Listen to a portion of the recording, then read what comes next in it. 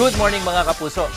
Lumabas na po ng Philippine Area of Responsibility kahapon yung binabantayang low pressure area dito sa may West Philippine Sea. Pero ayon sa Pag-asa, may panibagong LPA naman po at huli itong namataan sa layong 1,210 kilometers dyan sa may east of Mindanao.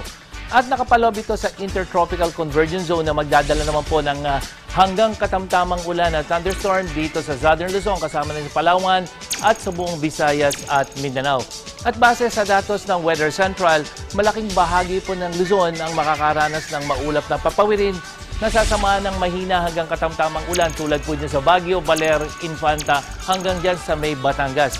At dito sa Metro Manila, magkakaroon po ng mahinang ulan o di kaya thunderstorm mula po yan hapon hanggang sa gabi. Pero mga kapuso, maalinsangan po muli dahil ang ating init factor posibleng umabot ng 38 degrees Celsius.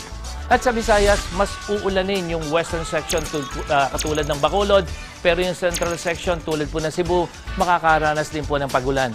At sa Mindanao, pinaka-apektado ng pag-ulan ang Davao Region hanggang sa may northern part po yan. Kaya ingat po yung ating mga kapuso dyan. At mga kapuso, yung pag-ulan, bahagi po ng tinatawag nating water cycle. At mula sa surface ng mundo, nagkakaroon po ng evaporation, yung anumang liquid form, gaya po ng tubig sa ibabaw ng dagat o maging sa kalupaan. At yan po ay dahil sa sikat ng araw. Ang liquid magiging vapor, aakyat po yan sa kalangitan at mamumuo bilang ulap na ang laman ay pwedeng tubig, snow o kaya yelo. Ito yung tinatawag naman natin na condensation. At kapag bumigat na ang ulap, babagsak po yung daladalang tubig nito, sa kalupaan, babalik yan, precipitation naman po ang tawag dyan.